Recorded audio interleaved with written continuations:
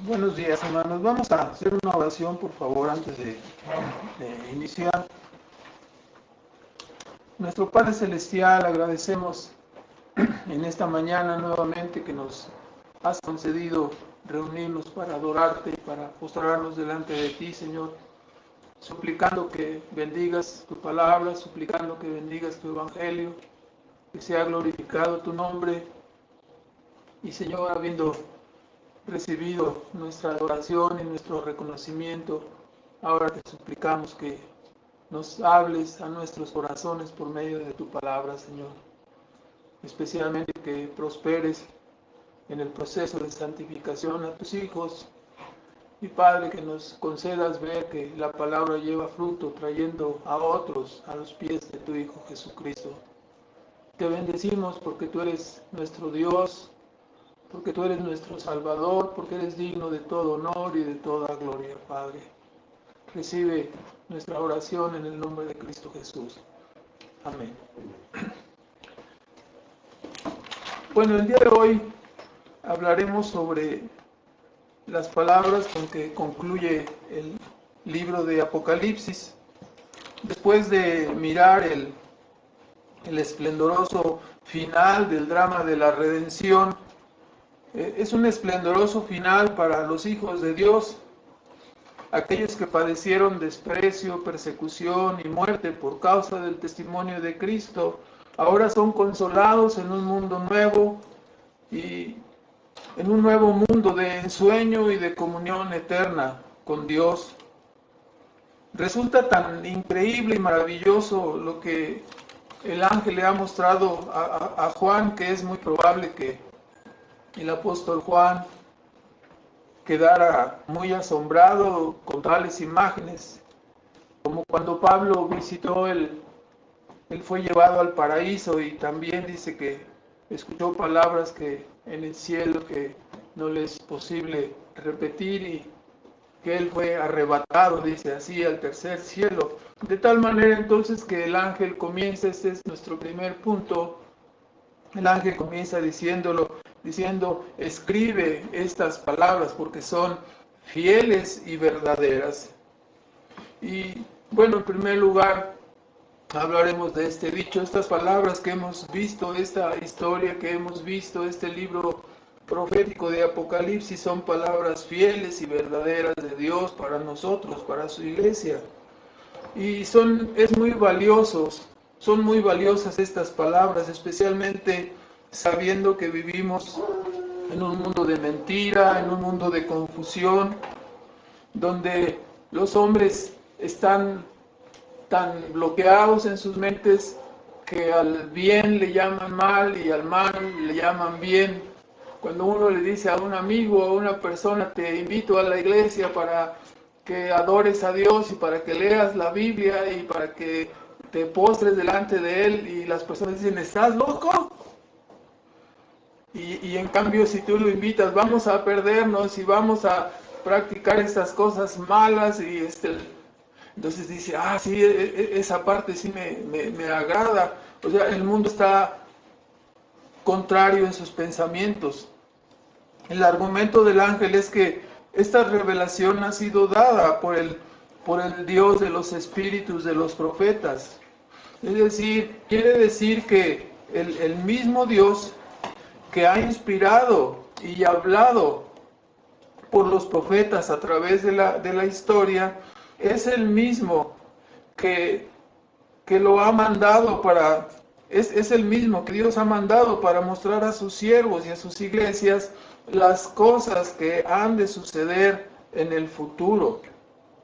Podemos decir que esta declaración autentifica todo el libro como un libro inspirado y muestra también que hay una unidad y conecta, ¿no? O sea, se conecta todo y la autoridad es manifiesta con se conecta con todo en una unidad con todos los libros anteriores, y su autoridad es hecha manifiesta, ¿no? Con todos los libros anteriores de la historia bíblica. Es decir, esto significa que El Dios que inspiró a los profetas del Antiguo Testamento y del Nuevo Testamento, también ha inspirado al autor de esta profecía apocalíptica. Y quiere decir que todos los libros que forman el canon bíblico tienen el mismo autor, es decir, es el Espíritu Santo el que ha inspirado a cada uno de ellos. Y nos habla, como ya lo hemos escuchado en el Apocalipsis 19:10, que el testimonio de la profecía, que el testimonio de Cristo Jesús es el espíritu de la profecía. Ahí en Apocalipsis 19:10 lo dice así.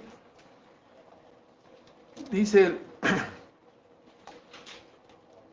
tus hermanos que tienen la parte final del versículo 10, dice, yo soy siervo contigo, le dijo el ángel a Juan, soy siervo contigo y con tus hermanos que tienen el testimonio de Jesús.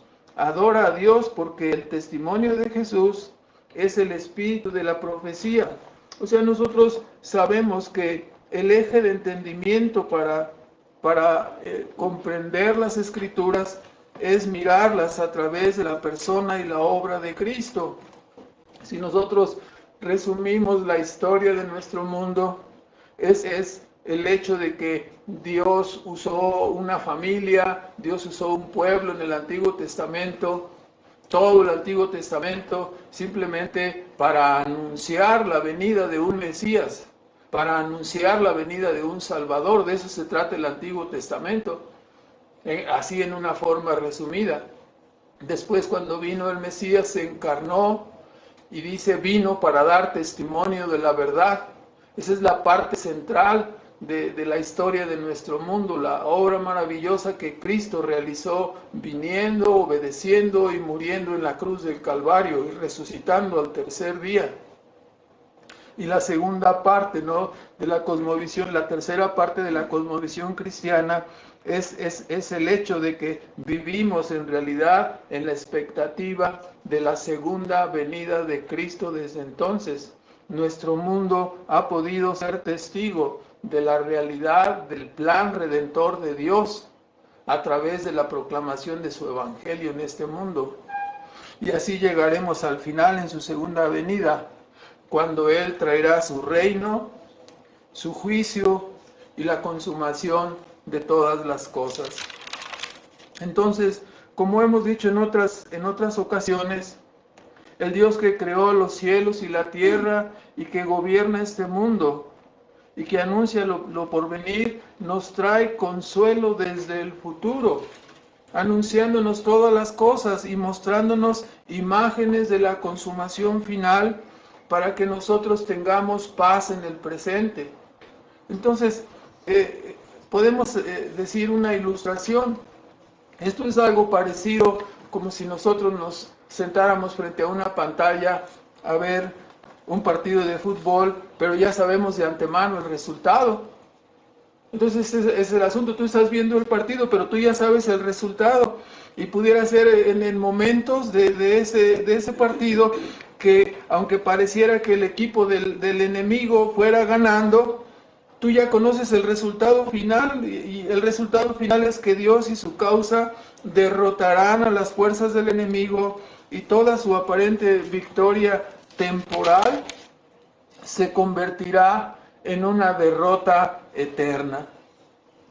Porque sabemos, dice, estas palabras son fieles y verdaderas, y sabemos que Dios no es hombre para que mienta, ni hijo de hombre para que se arrepienta. Dice la Escritura, Él habló y no hará, Él lo ha dicho y no lo ejecutará. Además, dice el salmista, nuestro Dios está en los cielos, todo lo que quiso ha hecho. Enfatiza la Escritura el derecho soberano de Dios de hacer lo que a Él le place. Y dice, no hay nadie que pueda detener su mano y le diga, ¿qué haces? Además, para Él sabemos que no hay ninguna cosa imposible. Cuando se trata de realizar su plan y llevar a cabo sus propósitos, Él puede usar un matrimonio muy añejo como Abraham y su esposa Sara para traer un hijo, el hijo de la promesa. ¿Sí? Él puede hacer, ¿no?, que la Virgen conciba y así se pueda encarnar el Mesías, el Salvador. No hay ninguna cosa imposible para Dios. Ese es el Dios que adoramos y su palabra dice es fiel y verdadera. Así que el ángel tiene toda razón cuando dice las palabras de estas profecías son fieles y verdaderas. Bueno, en segundo lugar, tenemos como punto en este capítulo 22, que en realidad estamos comenzando desde el versículo 6, porque ya habíamos comentado la descripción de la ciudad celestial en el estudio pasado. Ahora vamos en el segundo punto a hablar de la inminencia de la venida de Cristo. Nosotros recordamos cuando en el Antiguo Testamento José interpretó los sueños de Faraón sobre las vacas flacas y las espigas gruesas y menudas.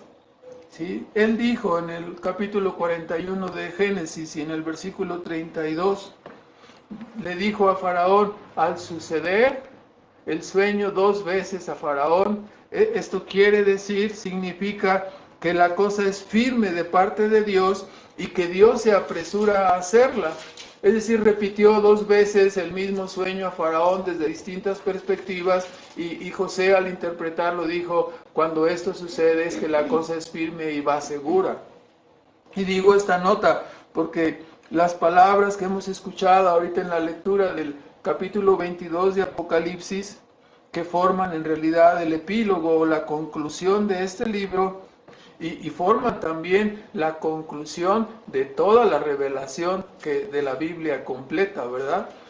Entonces, estas palabras, la inminencia de la venida de Cristo, aparecen 7 veces en este pequeño pasaje, desde el versículo 6 hasta el versículo 21 del capítulo 22 de Apocalipsis. Entonces, esto nos deja ver que se enfatiza la inminencia de su segunda venida. Por ejemplo, en el versículo 6 se nos dice que el Señor ha enviado su ángel para revelar estas cosas a sus siervos, los profetas.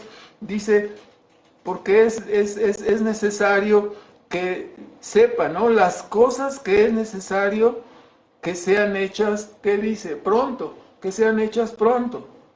Las cosas que son reveladas. En el versículo 7, Cristo dice, he aquí, dice, vengo pronto. En el versículo 10 nos vuelve a enfatizar, dice, no selles las palabras de este libro. ¿Por qué? Porque el tiempo está cerca, ya está cerca el tiempo de su venida. En el versículo 12 dice Cristo mismo, he aquí yo vengo pronto y mi galardón conmigo para recompensar a cada uno según su obra.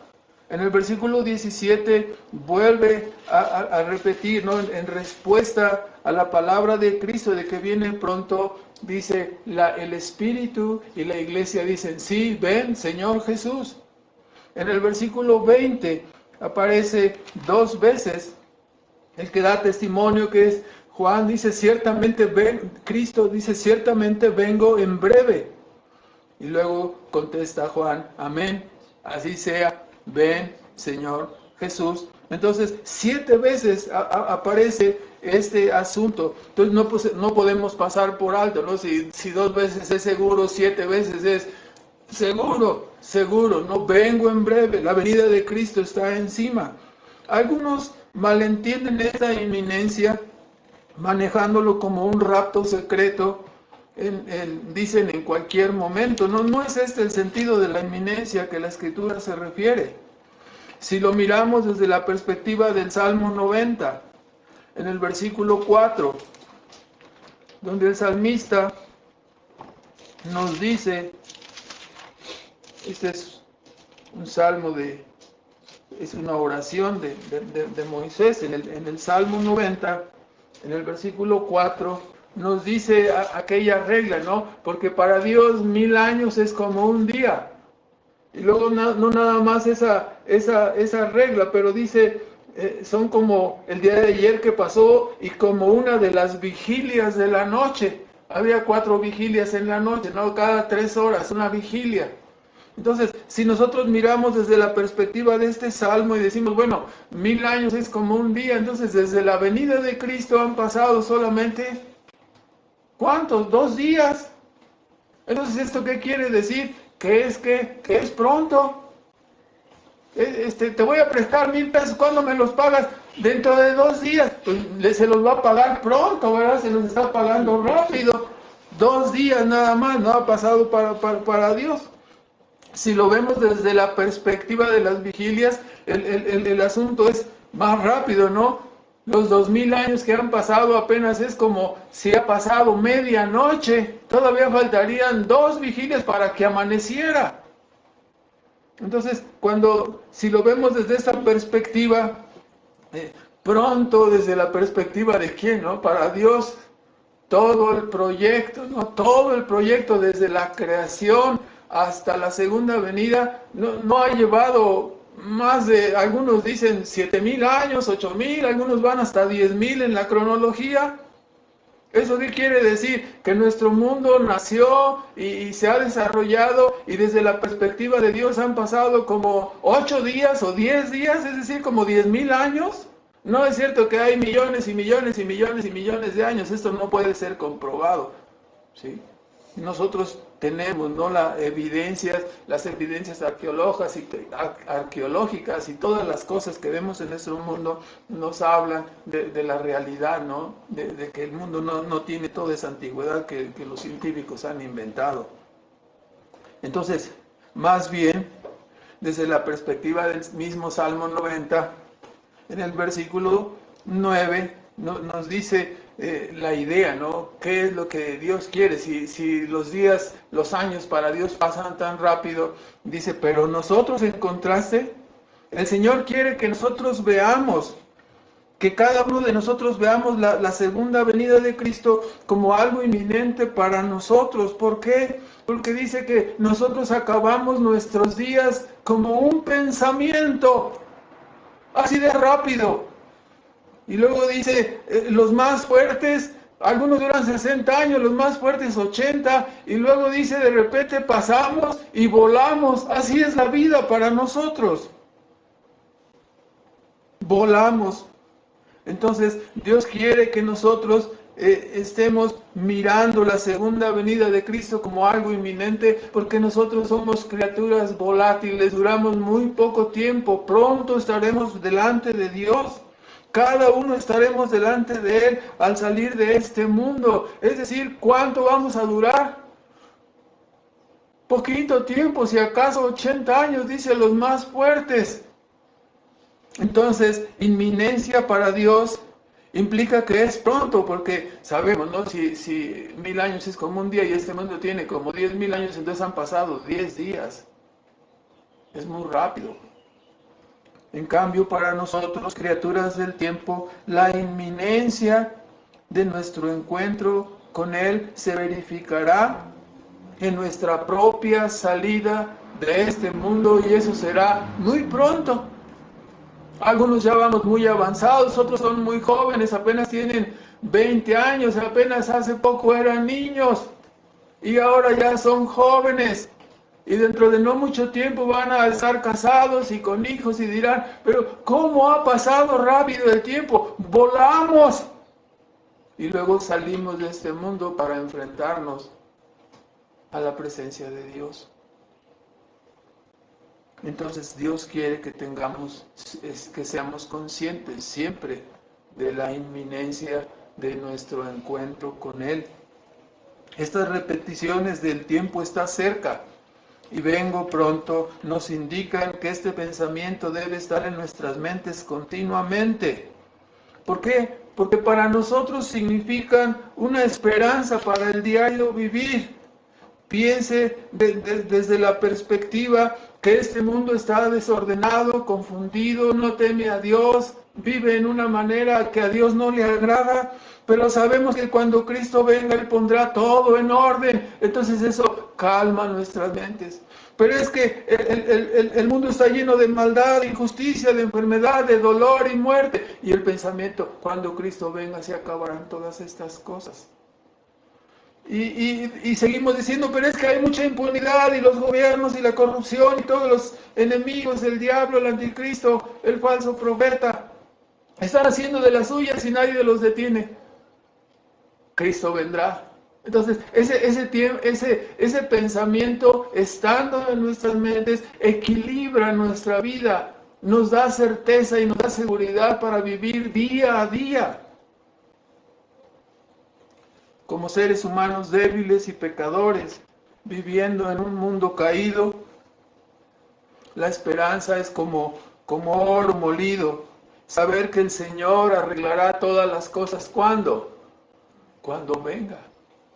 Puede ser que alguien pisotee tus derechos. Puede ser que las cosas no salgan como a ti te había parecido y la persona se va riendo pensando que se salió con la suya. No vas a responder mal por mal, sino bien por el mal que has recibido. ¿Por qué? Porque tienes en mente que cuando Cristo venga, estas cosas serán arregladas. Entonces tu mente tiene ahí un contrapeso grande para tener equilibrio, para tener ecuanimidad, para vivir adecuadamente en este mundo de adversidad. Dice el apóstol Pablo en 1 Tesalonicenses 5:8, que la esperanza para nosotros es como un yelmo, dice él, es como un casco que se usaba para proteger al soldado romano.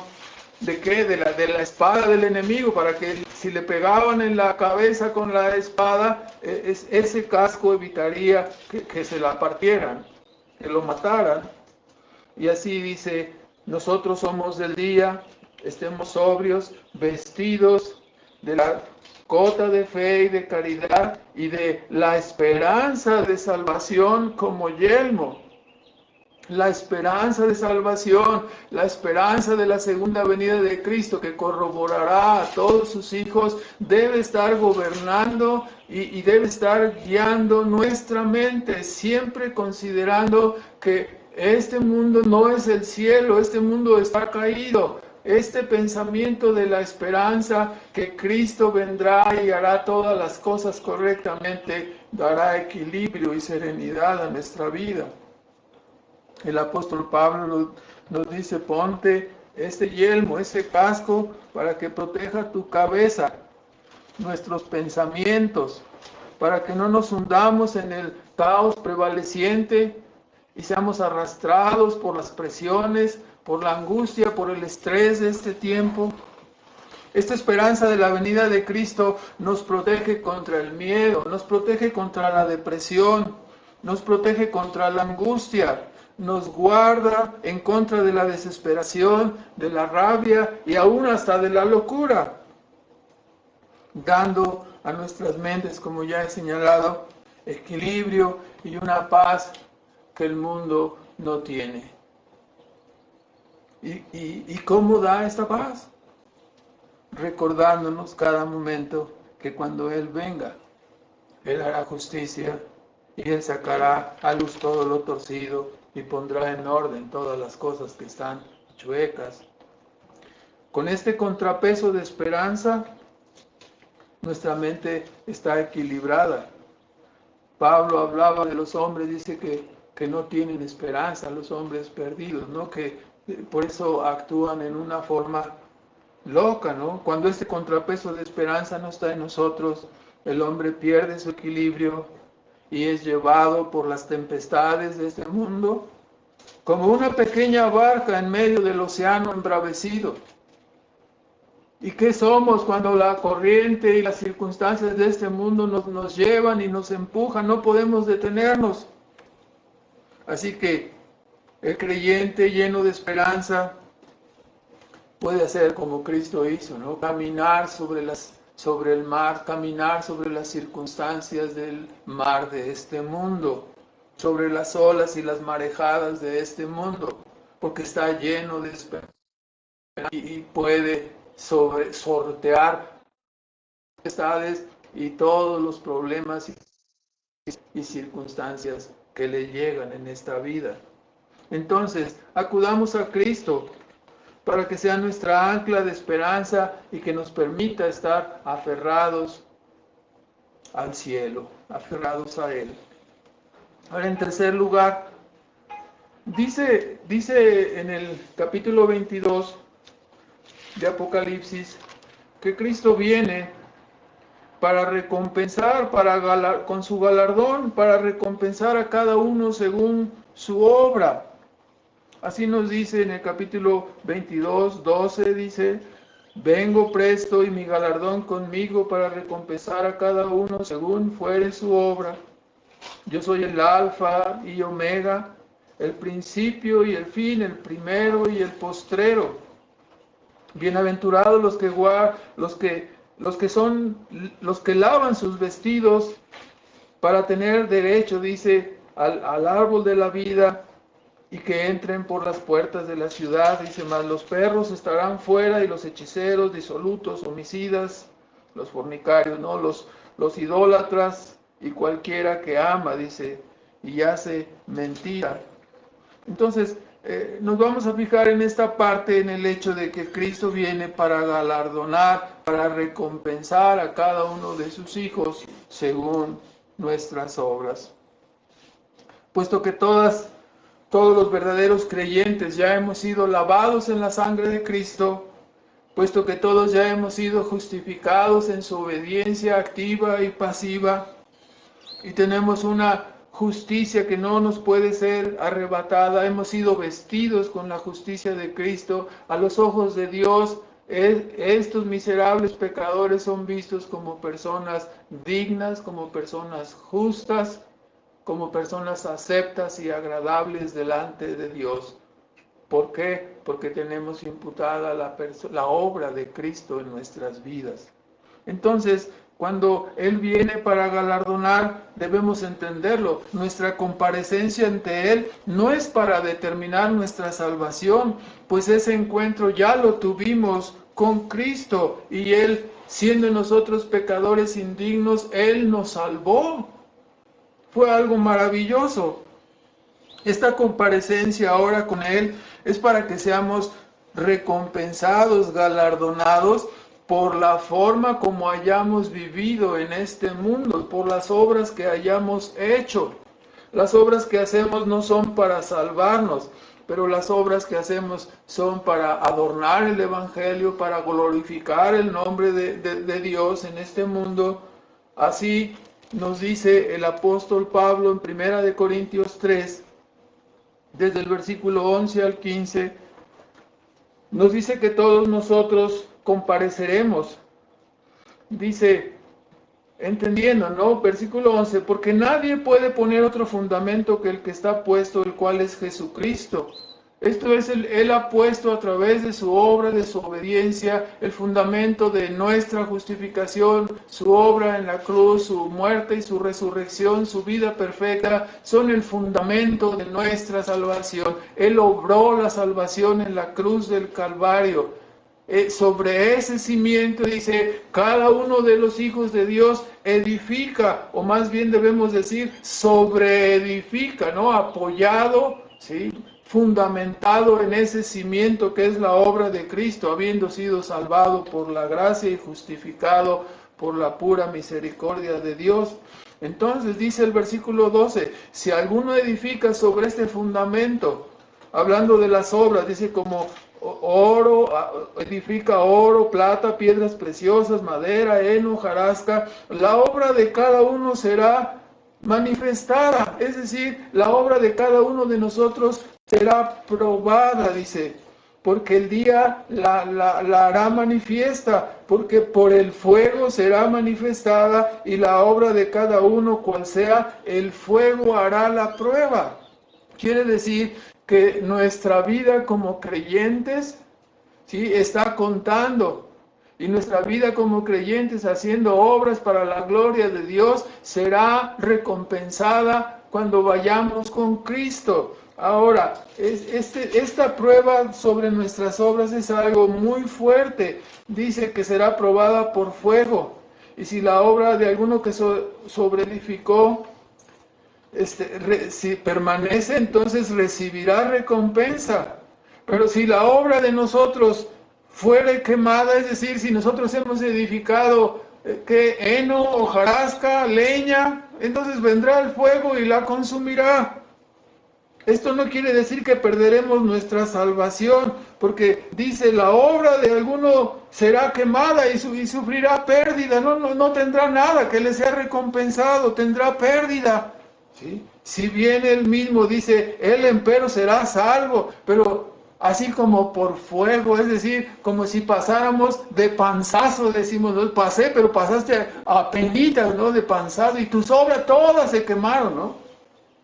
Entonces, esta prueba de nuestras obras es algo tremendo. Serán vistos los motivos, las intenciones que tuvimos al hacer cada una de las obras. El fuego hará la prueba. La mirada de Dios escudriñando cada una de nuestras obras, viendo los motivos por los cuales hacemos las cosas. Es obvio, ¿no?, que será muy penoso, porque habrá casos de personas, habrá casos de creyentes cuya obra completa se quemará. ¿Por qué? Porque hicieron las cosas a la fuerza, ¿no? Como decimos ahora, ¿no? Lo hiciste, sí, pero traías una jetota, ¿verdad? Entonces, será quemada la obra. No lo hiciste como para la gloria de Dios. Lo hiciste, pero traías una cara de pocos amigos. Lo hiciste a regañadientes. O lo hiciste por motivos egoístas. O lo hiciste por motivos controladores. O esperando a hacer las cosas para que te sea devuelto. Todas estas cosas enturbian y echan a perder las buenas obras que nosotros pudiéramos estar haciendo. Debemos examinar siempre nuestro corazón para que las cosas que hagamos sean hechas para la gloria de Dios.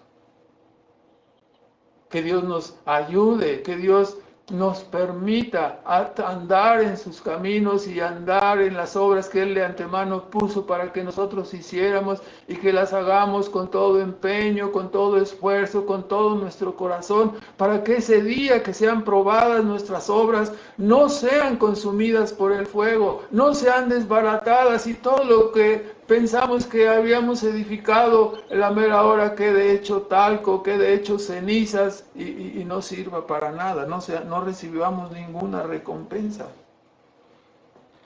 También entonces el apóstol nos llama la atención, ¿no?, en esta palabra, en este epílogo del libro de Apocalipsis, para que nosotros nos fijemos en la manera como obramos. Si lo hacemos para la gloria de Dios, o qué nos motiva a hacer las cosas. Quizás algunos creyentes, como dice primera de Juan 2:28, dice, hijitos míos, una palabra favorita del apóstol Juan, hijitos, manifestando su grande amor sobre los creyentes. Él nos dice en el versículo 28 del capítulo 2, dice, hijitos, perseverad en Él, perseverar en la persona, en la obra de Cristo, en la imitación de su ejemplo, que se ha hecho todo para la gloria de Dios, ¿no? De que eso hagamos. ¿Para qué? Dice, para que cuando Él aparezca, cuando Él venga en su segunda venida, ¿sí?, nos tengamos confianza. Y no seamos avergonzados de Él en su venida, que no huyamos de Él en su venida. ¿Por qué? Porque quizás nuestras obras vayan a ser quemadas, ¿no? Entonces la presencia santa de Él pondrá de manifiesto esta condición. Algunas personas, en ese día habrá mucha vergüenza, ¿no?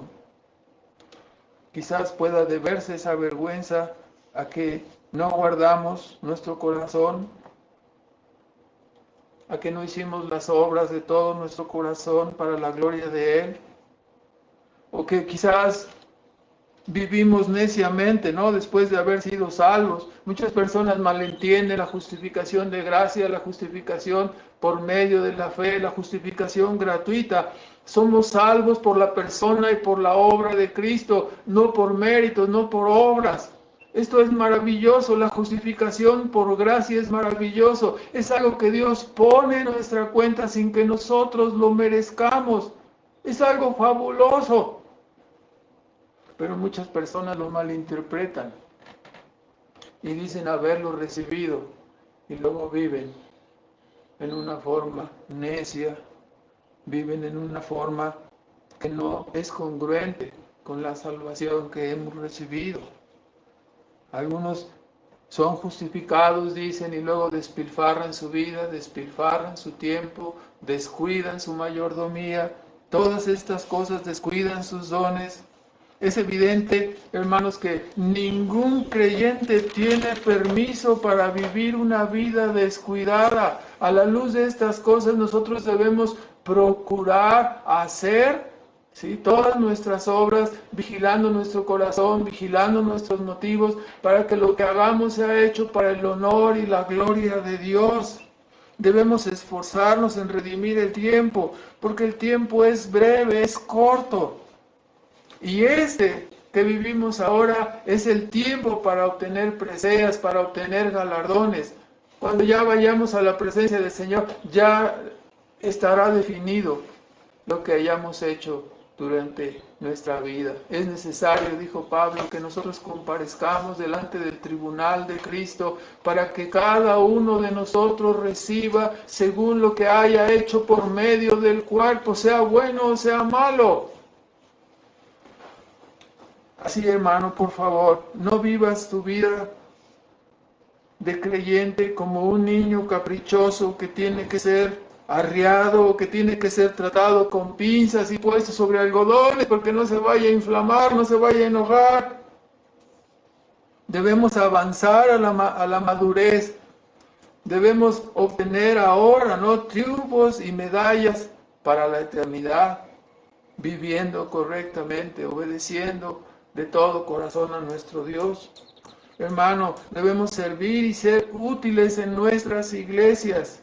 Cristo dijo, haceos tesoros en el cielo. Ahora es el tiempo de hacer esos tesoros, sirviendo y adorando a Dios y haciendo obras que serán posteriormente galardonadas.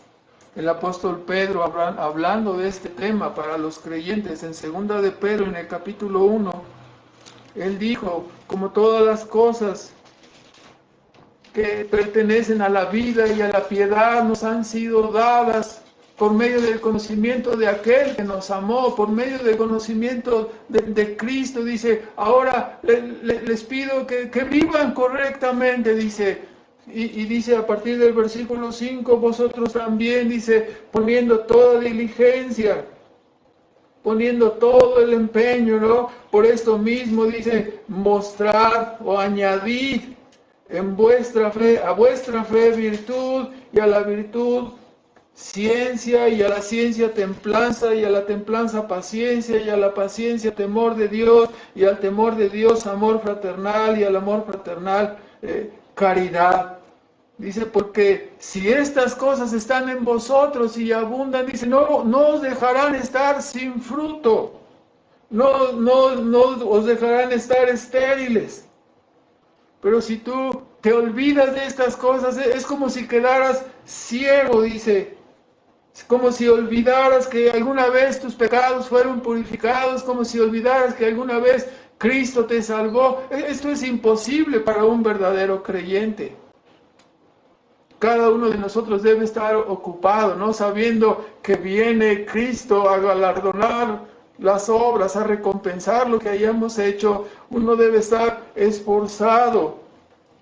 Dice, procurando, dice en el versículo 10, hacer firme vuestra vocación y vuestra elección. Porque si tú haces estas cosas, dice, primera cosa, dice, no caeréis jamás. Versículo 10. Y la segunda parte, en el versículo 11, no solamente estarás seguro como un creyente, estarás firme, pero dice en el versículo 11, de esta manera os será abundantemente administrada entrada en el reino eterno de nuestro Señor y Salvador Jesucristo. Una entrada abundante es que habrá ahí vítores, loores, porras, recibiéndote, ¿no? Ha llegado esta persona que dedicó su vida, ha llegado esta persona que ofrendó su propia vida, se entregó como un mártir, dedicó este esfuerzo, aquella acción, todas estas buenas acciones para la gloria de Dios. Démosle la bienvenida y así será la entrada de todos aquellos que han entendido verdaderamente la doctrina de la justificación gratuita para vivir una vida santa de servicio y de entrega a Dios. Se recibirá entonces, si nosotros hemos vivido así, una entrada amplia, ¿no? Habrá porra allí en la recepción. Hermano, no desgastes tu vida en juicios y críticas y comparaciones hacia tus hermanos. Esfuérzate y hazlo todo para la gloria de Dios. El Señor termina esta exhortación advirtiendo, ¿sí?, en contraste con la maravilla, ¿no?, que es ser justificado por gracia y las obras que hacemos para la gloria de Dios serán recompensadas. Esto es algo maravilloso para pecadores indignos. No solamente recibimos la salvación, pero además andamos en los caminos que Dios preparó de antemano para nosotros, y al hacerlo de agrado para la gloria de Dios, correctamente con la intención de nuestro corazón delante de Dios, seremos todavía recompensados por lo bueno que hacemos. Esto es algo maravilloso. Salvados de gracia y luego recompensados aún por las cosas buenas que hagamos delante de los ojos de Dios. En contraste con esta maravilla para los creyentes, dice, mas los perros, los fornicarios, los hechiceros, estos, dice, no entrarán en el reino de Dios. Es una exhortación muy fuerte. El apóstol Pablo llamó perros en el capítulo 3 de Filipenses, en el versículo 2. A los judíos, ¿no?, a los judaizantes que andaban espiando la libertad de los creyentes y que habían convertido la circuncisión como el eje de su salvación. Y dijo, guardaos de los perros, guardaos de los del cortamiento, ¿no?, guardaos de los que mutilan la circuncisión, llamada simplemente una mutilación, ¿no?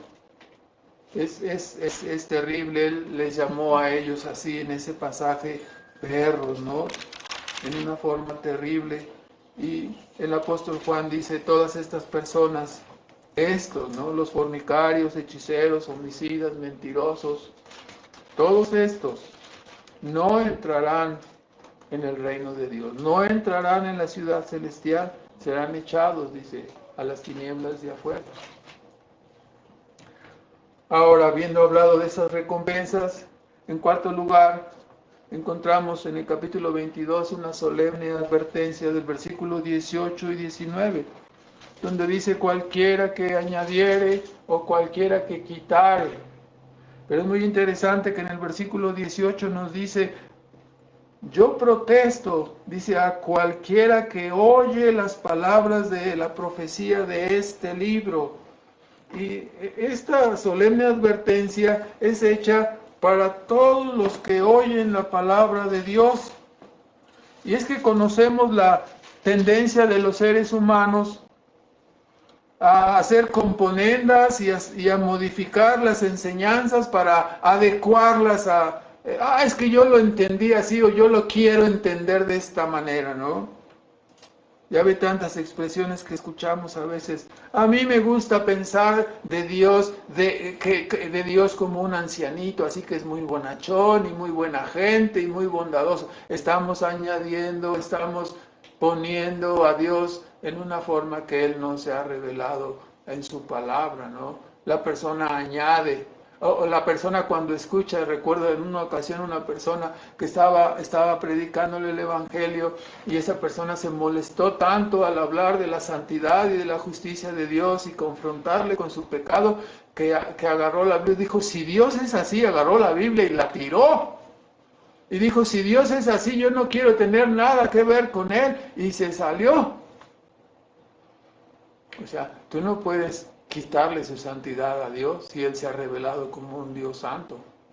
Tú no puedes añadirle ese carácter bonachón que tú piensas que Él tiene, porque Él no se ha revelado así. Entonces, la advertencia es para el que oye la palabra y luego la quiere manejar a su forma y la quiere entender a su manera para adecuar. No, yo sí quiero, ahorita voy a acercarme a Dios porque la muchacha que no ha conseguido novio y se quiere casar, me voy a acercar a Dios para que Dios me traiga a mi príncipe azul. Entonces, ya estás entendiendo, añadiendo o quitando, ¿no? Me voy a acercar a Dios para que Él me vengue de este enemigo porque tengo un jefe que es aborrecible, entonces me voy a acercar a Dios para que Dios le mande la guillotina. O sea, a unos quitan, otros ponen. Juan está advirtiendo que no podemos añadir o no podemos quitar a lo que estamos oyendo acerca de Dios. Es su carácter, es su persona. El apóstol Juan no está preocupado por los errores u omisiones que puedan hacerse en la transmisión de esta profecía. ¿Sí? Sabemos que la Escritura nos dice en Deuteronomio 4, en el versículo 2, señala cómo el Señor le dijo a su pueblo de Israel que no podría ni quitar ni añadir a los mandamientos que Dios le había dado en su palabra.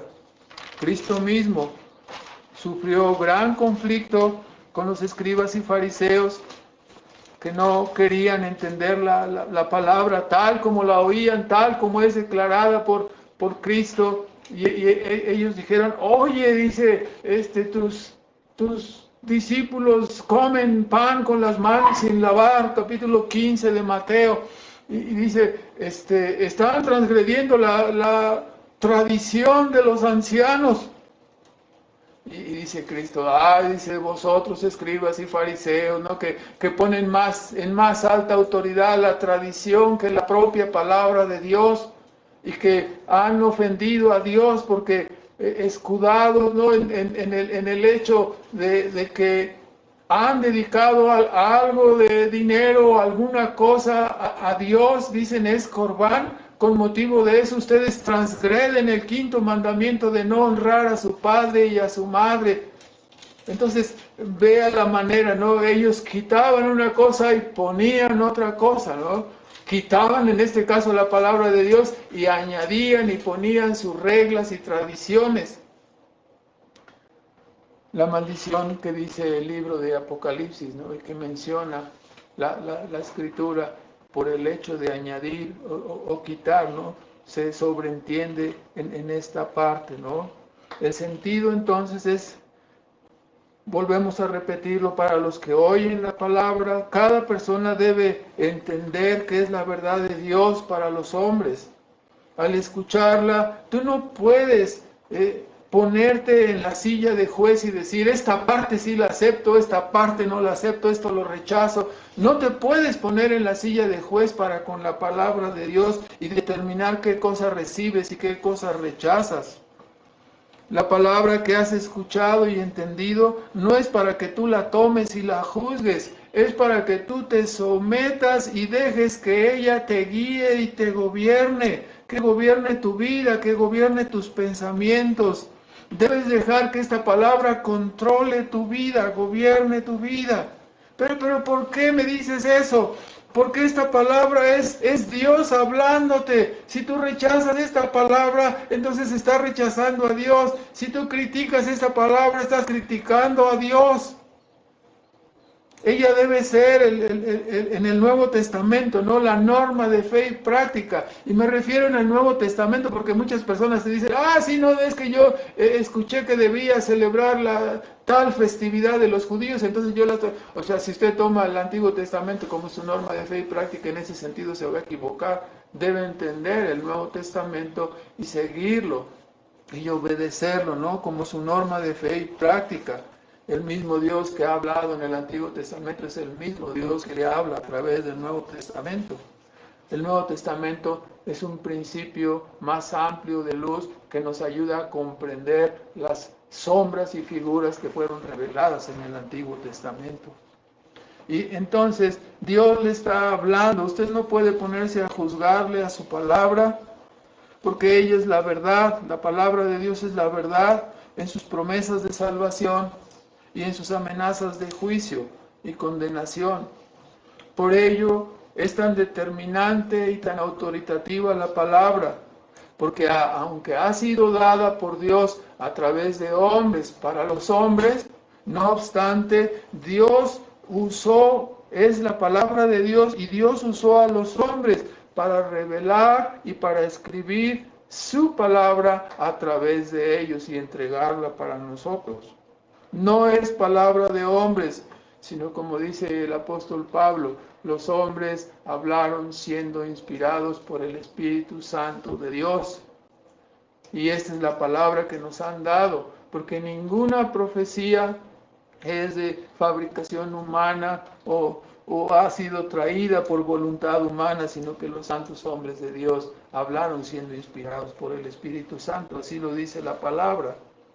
Entonces, cuando nos sometemos a ella, nos sometemos a Dios. Cuando la rechazamos o juzgamos, estamos poniéndonos en contra de Dios y por lo tanto sufriremos las consecuencias. El barro contra el alfarero, ¿no? Será terrible. Ahora, finalmente, algunos versículos que hemos brincado de la parte que hemos estado hablando del capítulo 22, vamos a señalarnos y a hacer unos comentarios finales. En quinto lugar, vemos aquí 3 comentarios en capítulo 22 y versículo 7, donde dice, bienaventurado, ¿no?, el que guarda las palabras de la profecía de este libro. Y en el versículo 14, bienaventurados los que han lavado, ¿no?, han sido lavados en la sangre del Cordero, ¿no? Así dice también en otro pasaje, creo que es en el capítulo 7, en el versículo 14, donde nos habla de esta manera. Dice, ¿quiénes son estos?, pregunta Juan, y dice, estos son los que han venido de grande tribulación y han lavado sus ropas y las han blanqueado en la sangre del Cordero, ¿no? Entonces, la bienaventuranza para el que guarda, para que es lavado en la sangre del Cordero. Algo que hemos enfatizado, tal como lo señaló el apóstol Juan desde un principio en el capítulo 1 de Apocalipsis, y en el versículo 3, dijo, bienaventurados los que oyen la palabra y bienaventurados los que guardan la palabra, ¿no? No solamente se trata de oír, sino de guardar. Entonces, una vez más, ser salvados por la sangre de Cristo y convertidos en guardadores de su palabra, en esto está la bienaventuranza. No es solamente que nos agrade oír el Evangelio, ¿sí? No, Dios no quiere solamente oidores, quiere hacedores de su palabra. El segundo punto, en 22, 8 y 9, también nos dice, capítulo 22, tenemos aquí en esta parte del versículo 8 y 9, en este epílogo volvemos a ver al apóstol Juan reincidir en un pecado que había cometido anteriormente, ¿no?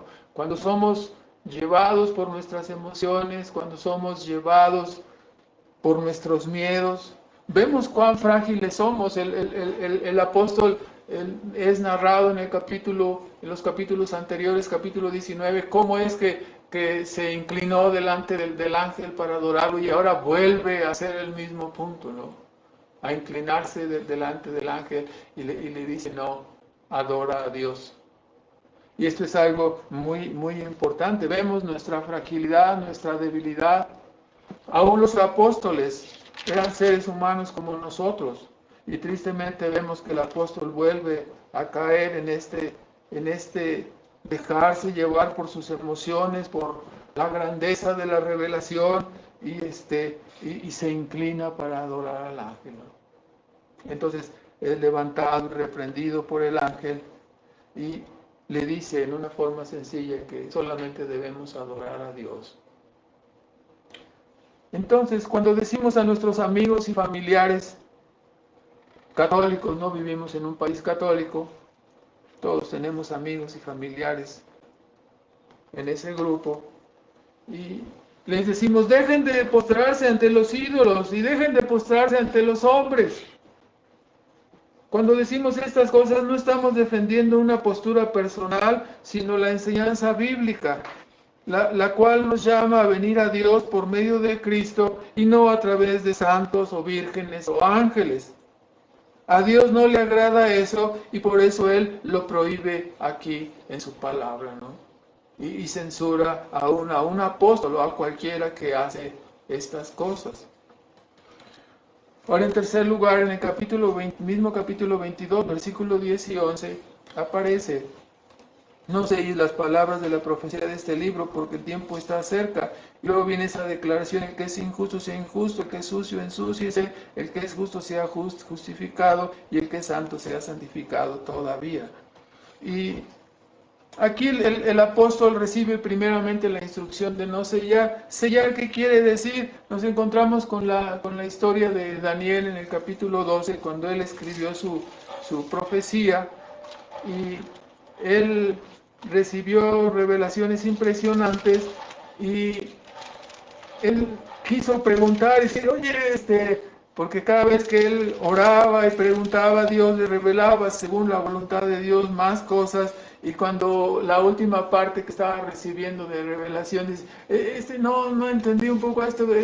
Y dijo, ya, deja, Daniel, dice, deja, espérate, dice, ya sella la profecía, dice, porque es para tiempos posteriores, ¿no? Ahí en el capítulo 2, en el versículo 8, dice, yo oí, dice Daniel, y no entendí. Dije, ¿qué será el cumplimiento? ¿Cuándo será el cumplimiento de estas cosas? Y el Señor le dice, anda, Daniel, que esas palabras están cerradas y selladas para el tiempo del cumplimiento. No se te va a indicar qué es lo que va a suceder, o como una interpretación mayor. Y luego viene la frase, desde mi punto de vista, un poco más clara que en Apocalipsis, ¿no? En este caso, dice, séllalas, dice, porque son hasta el tiempo de su cumplimiento. Entre tanto, dice, muchos serán limpios y emblanquecidos y purificados, mas los impíos obrarán impíamente, y ninguno de los impíos entenderá, pero lo entenderán los entendidos. Entonces, que esta frase nos ayuda a comprender este pasaje de capítulo 22, 11. Leímos Daniel 12, versículo 8 al 10, y es un pasaje paralelo con el Apocalipsis, en donde estamos viendo esta frase, ¿no? ¿Cómo que sea injusto todavía? Bueno, estamos entendiendo, ¿no? Que dice, ahora Juan recibe la instrucción, no selles, la profecía es para ser predicada, para ser enseñada, para ser declarada, para que todo el mundo la oiga. ¿Y qué va a suceder? Muchos oirán y continuarán su vida como si no hubieran oído nada. Y muchos escucharán, oirán las profecías de este libro del Apocalipsis y de la Escritura, y están sucios y oyen que pueden ser perdonados y blanqueados y perdonados en Cristo Jesús, pero no les importa, ellos seguirán ensuciándose. Así sucederá. Y los que son justos, dice, continuarán en su camino de justicia obedeciendo a Dios, y los que están en el proceso de santificación también continuarán. Te encontrarás con eso. Así lo está diciendo el apóstol en esta parte, ¿no? Entonces, la palabra será dada y algunos entenderán y serán justificados y santificados, mientras otros no oirán, no entenderán, seguirán su vida de impiedad, continuarán ensuciándose y envileciéndose. Pues si a Dios no le gusta que yo haga esto, pero a mí sí me gusta, y lo siguen haciendo, ¿no? Entonces otros no recibirán y continuarán a pesar de haber oído con su vida de impiedad e inmundicia, ¿no? Entonces, así terminamos de comentar este capítulo 22. Vamos a dar unos comentarios finales nada más. En primer lugar, El día de hoy hemos concluido el estudio de este maravilloso libro de Apocalipsis. Y Dios sigue equipándonos para enfrentar nuestro futuro día a día. O sea, no podemos enfrentar el futuro más que de esa manera, día a día. Nuestros enemigos, el diablo, el pecado, la carne, el mundo, están en pie de guerra contra el pueblo de Dios. Mas el Señor nos ha provisto de una poderosa armadura espiritual que nos hace invencibles y nos hace más que vencedores. Así que podemos concluir en esta parte, ¿no? Ciñamos nuestras vidas con la verdad de Dios. Protejamos nuestro corazón con la coraza de justicia de Cristo. Usemos el escudo de la fe para apagar los dardos de fuego del maligno. Llenemos nuestra mente de la esperanza de salvación como yelmo para proteger nuestra cabeza, ¿no? Nuestra mente. Permanezcamos firmes sobre el calzado del Evangelio, sobre la verdad de Dios. Y peleemos con la espada del Espíritu, que es la palabra de Dios, no confiando en nosotros mismos, sino orando en todo tiempo y apropiándonos de esta maravillosa armadura para vivir nuestra vida día a día, hasta que seamos llamados a nuestro lugar celestial. Que nuestra meta sea ser fieles, adoradores y servidores de nuestro Salvador, Cristo Jesús. Y en último lugar, como es obvio, ¿no?, que las iglesias del primer siglo que recibieron esta revelación, o las iglesias que estén en el tiempo final, que padecerán tribulación, y las iglesias de cada generación, todas estamos inmersas en la lucha de Cristo contra el anticristo. Por tanto, las enseñanzas que están aquí en el Apocalipsis son también para nosotros. Sí, en el siglo I estaba el imperio de Roma y la imagen del anticristo, Roma persiguiendo a los creyentes, a la iglesia. Así será el gobierno final del anticristo contra la iglesia del Señor. Y así es en nuestro tiempo. Por lo tanto, estas enseñanzas apocalípticas son para todas las iglesias, para todos nosotros, y hemos de permanecer fieles a Cristo, cualquiera que sea la circunstancia que nos toque vivir, teniendo siempre en mente la expectativa de que la venida del Señor está cerca, ¿no? Porque nosotros saldremos de este mundo y estaremos frente a frente con Él, como hemos cantado hace un rato, ¿no? Cara a cara con Él. Damos gracias a Dios por su palabra y oramos, por favor. Nuestro Padre Celestial, damos gracias, Señor, por los principios, las enseñanzas, la esperanza que tú pones delante de nosotros al mostrarnos las cosas venideras. Y cómo estaremos contigo, Señor, si la vida en este mundo ha sido llevadera, Padre, porque tú estás con nosotros, porque nos has perdonado y nos has ayudado a tener una vida con sentido y con propósito. Y, Señor, nos sacaste de la inmundicia y de la maldad y nos has puesto en el camino de la santidad y de la obediencia. Te alabamos, Padre, porque ninguna de las misericordias que hemos recibido somos dignos de ellas, Padre. Nosotros merecíamos la condenación y la muerte, mas tú tuviste compasión de nosotros. Y ahora nos has privilegiado grandemente, Señor, uniéndonos con Cristo y dándonos, Padre, grandes privilegios y grandes honores por pertenecer a tu pueblo y servirte y por ser parte de los tuyos, Señor. Te bendecimos por ello y te damos las gracias y pedimos, Padre, que a través de tu evangelio otros vengan a la fe de Cristo, que otros crean este evangelio que tú has enviado para salvar a los pecadores. Y pedimos, Padre, que sus mentes y sus corazones sean conmovidos por tu palabra que sus almas sean llevadas a mirar la verdad de tu Evangelio y que sean llevados al arrepentimiento y a la fe en tu Hijo Jesucristo. Padre Celestial, gracias por tu obra redentora, gracias por la salvación. Pedimos, Padre, que nos ayudes a vivir una vida de congruencia y de obediencia a toda tu palabra, Señor. Que seamos sal y luz en este mundo.